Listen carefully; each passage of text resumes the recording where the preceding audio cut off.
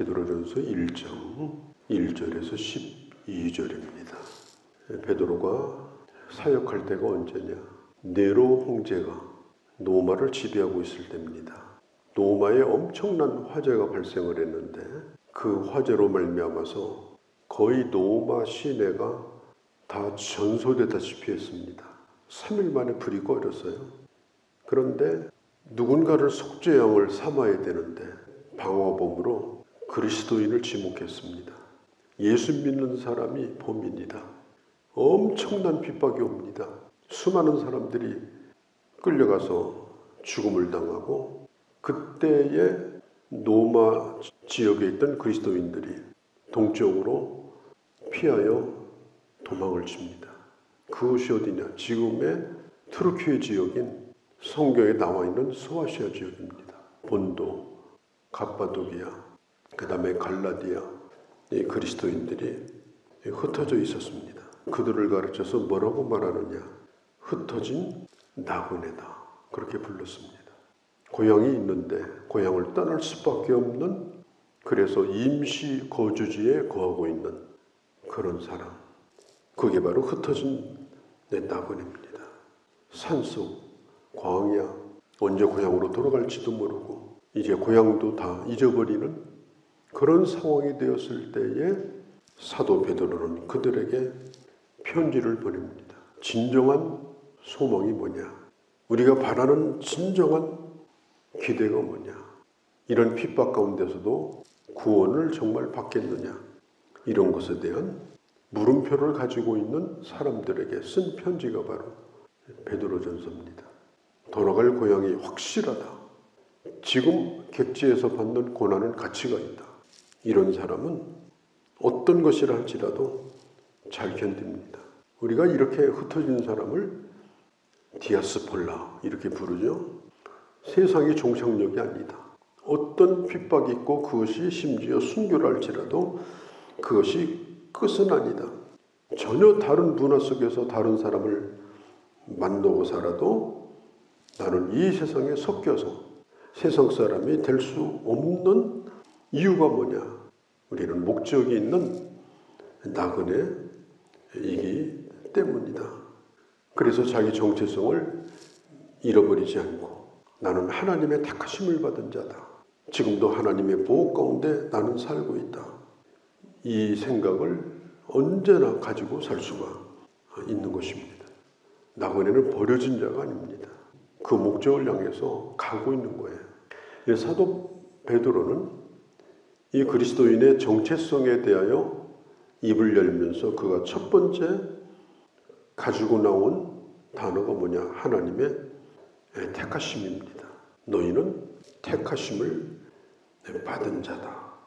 하나님의 택하심을 받았고 그리고 예수 그리스도로 말미암아 그의 피뿌림으로 죄 사함을 받았고 그리고 어떤 고난 가운데도 하나님이 주시는 충분히 넉넉히 하나님의 은혜와 평강을 너희는 누릴 수 있는 자다. 세상에서는 티끌처럼 지금 짓밟히고 있지만은 그러나 너희는 존귀한 흠잡을 것이나 조그만 티 하나도 없는 그런 하나님의 사람이다. 오늘날도 마찬가지예요. 이 하나님의 택하심에 대한 확신과 자기가 누군가라고 하는 이 정체성을 알고 있는 사람은 이 세상에서 겪는 그런 환경 때문에 비굴해지든지 아니면 방황하든지 그런 일을 하지 않습니다. 성경은 말합니다. 찬송하리로다. 베드로전서 1장 3절에도 찬송하리로다. 에베소서 1장 3절에도 찬송하리로다. 찬송할 수밖에 없는 거예요. 찬송하는 것이 아니라 찬송이 그냥 나오는 겁니다. 이런 것들을 생각해 보니까 이런 하나님의 택하심과 나의 나됨을 생각해 보니까 오늘 어떤 고난 가운데 있다 할지라도 거기서 찬송이 나도 모르게 나와요. 이 세상에 저주와 슬픔을 담은 그런 노래가 아닙니다.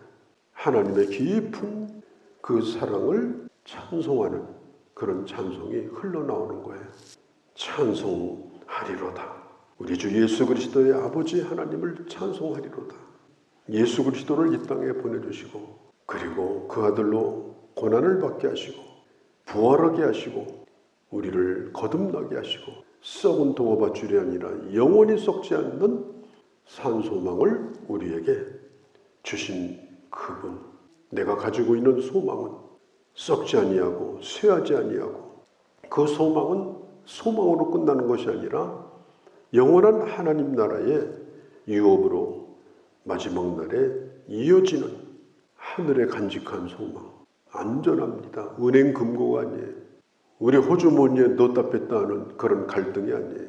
분명한 확신을 가지고 하늘에 이미 두고 있는 소망. 그래서 결코 썩을 수도 없고 사라지지도 않는 그 소망이 있기 때문에 빼앗길 수가 없습니다. 더럽혀지지도 않습니다. 제가 일본 나가사키에 갔을 때 그 나가사키가 엄청난 기독교 핍박이 있었던 도시입니다. 예수님의 그 초상화를 바닥에다 깔아놓고 이걸 밟고 지나가면 너는 살려주겠다. 많은 사람이 그것을 거부하고 죽었습니다. 하나님의 침묵 때문에 너무너무 고통스러웠습니다. 그래서 침묵이라고 하는 소설이 쓰여지게 된 겁니다.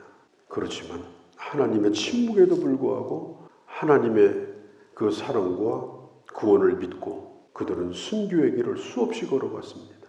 바다에 던져졌습니다. 십자가에 매달려졌습니다. 우리가 가지고 있는 이 소망은 누가 뺏을 수 있는 게 아닙니다. 뭐 환경이 어렵다, 뭐 누가 나를 뭐 비웃더라, 핍박하더라. 예수 믿는 게 도대체 뭐냐? 그래서 헌신짝 부르듯이 버릴 수 있는 게 이게 신앙이 아니에요. 하늘에도 누구도 빼앗을 수 없는 썩지 않는 내가 가진 소망은 천국의 유업으로 반드시 곧바로 이어지는 그게 바로 우리가 가지고 있는 소망입니다.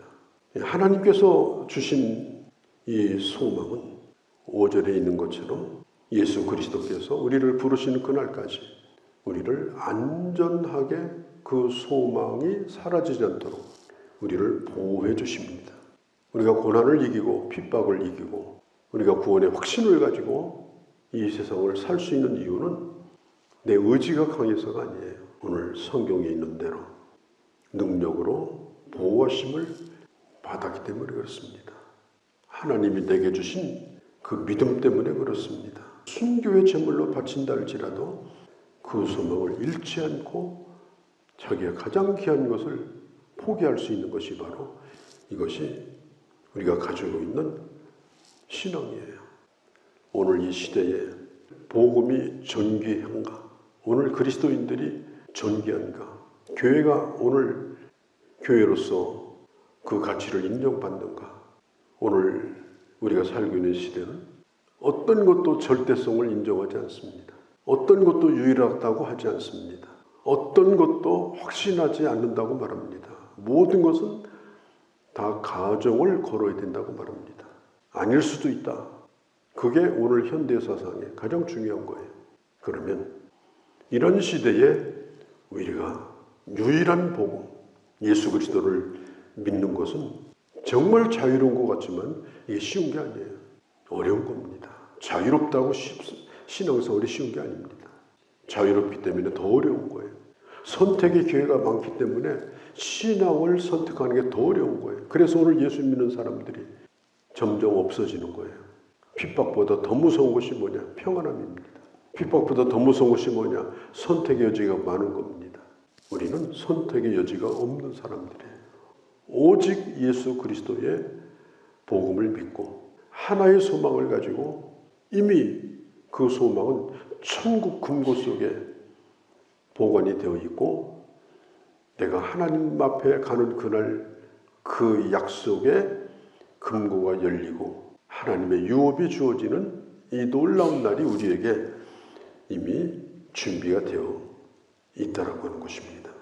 베드로는 말합니다. 그날에는 하나님의 존귀와 칭찬과 영광이 반드시 있게 될 것이다. 하나님의 보상이 있게 될 것이다. 요한계시록에 보면은 이긴 자라는 말이 나와요. 이긴 자. 이긴 자는 이단의 교주가 아니에요. 누가 이긴 자냐? 순교당한 자가 이긴 자입니다. 하나님의 보호자에 가장 가까이 간 자가 누구냐? 바로 순교자입니다. 그게 바로 기독교 신앙이에요. 그러면 사도 베드로가 또 한 가지 중요한 얘기를 시작합니다. 나는 예수를 보았다. 나는 예수와 함께 3년을 같이 지냈다. 나는 그분의 얼굴을 기억하고 있고 그분이 한 일을 나는 기억하고 있다. 나는 예수를 본 자다. 그런데 나는 예수를 3번씩이나 부인한 사람이다. 보았지만 나는 연약하게 쓰러진 경험이 있다. 보았지만 나는 도망친 경험이 있다. 살겠다고 주님을 부인한 적이 있다. 그런데 당신들은 예수를 본 적도 없는데, 예수 그리스도를 만지지도 못했는데 당신들은 나보다도 더 큰 핍박을 받으면서도 오히려 기뻐하고 오히려 감사하고 오히려 그 소망을 버리지 아니하고 영광스러운 기쁨에 취하여 살고 있는 당신들이 더 복된 자다. 당신들이 나보다도 더 귀한 자다. 당신들이 나보다도 더 귀한 믿음을 가진 하나님의 사람이다. 당신들이 받는 고난은 헛된 것이 결코 아니다. 나는 보지 못하고 예수 그리스도를 믿는 너희만 또 못한 사람이다. 너희가 더 귀하다. 너희가 더 분명한 확신을 가지고 사는 사람들이다. 그러면서 베드로가 이렇게 말합니다. 보지 못하고 믿는 이 믿음의 결국은, 이 결국이라고 하는 이 텔루스라는 단어는 결론은 이런 뜻이에요. 2 더하기 2 이퀄 4. 그 이퀄이라는 말이 텔루스예요. 믿음의 결론이 뭐냐? 잘 먹고 잘 사는 것이 아니에요. 병 고치는 게 아니에요. 이 세상에서 출세하고 복받고 잘 사는 게 아니에요. 믿음의 결론이 뭐냐? 영혼의 구원이에요. 육신이 아니에요. 성경은 분명히 기록합니다. 믿음의 결론은, 믿음의 목표는 영혼의 구원이다.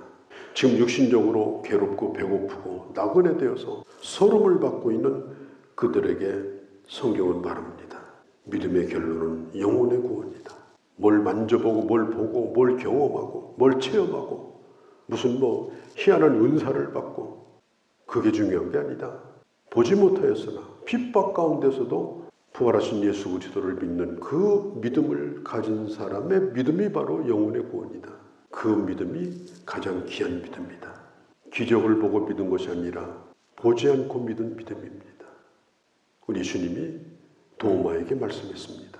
너는 나를 본고로 믿는가? 보지 않고 믿는 사람이 더 복되다. 우리도 마찬가지입니다.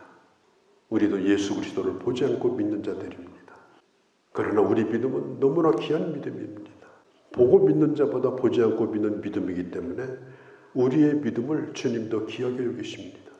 우리 안에 있는 성령께서 우리의 소망을 결코 사라지지 않도록 날마다 새롭게 해주십니다. 어떤 일을 당한다 할지라도 예수 그리스도를 버리지 아니하고 그리스도를 붙들고 살 수 있도록 오늘도 우리에게 새 힘을 주시는 주님이십니다. 들음으로 믿는 믿음이 귀합니다. 사도 베드로는 베드로전서 1장 10절에서 12절에 이 얘기를 합니다. 선지자들도 성령의 감동으로 앞으로 오실 그리스도에 대해서 예언을 했는데 그 뜻이 무엇인지도 모르고 예언을 했지만 자기가 전한 그 예언의 말씀이 반드시 이루어질 것을 믿고 예언을 했다. 이사야서 53장에 보면은 이사야 선지자가 고난받는 종, 가시에 찔리는 종, 버림받는 종을 보면서 이렇게 말합니다. 우리가 전한 것을 누가 믿을 수 있겠는가? 하나님의 보내신 메시아는 장군도 아니고 왕도 아니고 고난받는 분인데 이분을 누가 믿을 수 있겠는가? 그래서 예수님을 사람들이 거부했고 결국은 예수님을 버렸습니다. 복음은 믿을만 해서 믿는 것이 아닙니다. 복음은 논리적이라서 믿는 게 아닙니다. 복음은 하나님이 주신 말씀이기 때문에 믿는 거예요. 선지자들은 뜻도 모르고 믿었어요. 그리고 그 약속이 반드시 이루어질 것을 그들은 기대하고 있었습니다. 그게 바로 오늘 우리가 믿고 있는 복음이에요. 이 복음은 천사도 알기를 원했지만 몰랐습니다. 말하는 선지자들도 몰랐습니다. 그런데 우리는 예수를 본 건 아니지만 이미 예수 그리스도를 본 사도들에 의하여 전한 이 복음을 우리는 들었고 예수 그리스도를 믿음으로 거듭난 하나님의 사람들이 바로 오늘의 우리들입니다. 이 놀라운 소망, 이 놀라운 하나님의 택하심의 은혜, 우리에게 주시는 영혼의 구원, 이 사실을 분명히 믿고 그리고 어려운 시대지만 확신을 가지고 하나님의 사람으로 이런 가운데도 복음을 증거하며 사는 그런 그리스도인으로 살아가는 귀한 주의 자녀들이 되어주시기를 바랍니다. 거룩하신 우리 아버지, 오늘도 저희가 베드로전서를 시작했습니다. 내 안에 주신 이 소망이, 내게 주신 이 소망이 유업으로 이어질 것이며 마지막 날 칭찬일 것이며 그리고 영혼의 구원일 것임을 분명히 믿었던 초대교회 나그네 된 성도들처럼 오늘도 그런 복된 자의 믿음을 우리도 가지고 이 세상 가운데서 승리하며 살아가는 저희가 되게 하여 주시옵소서.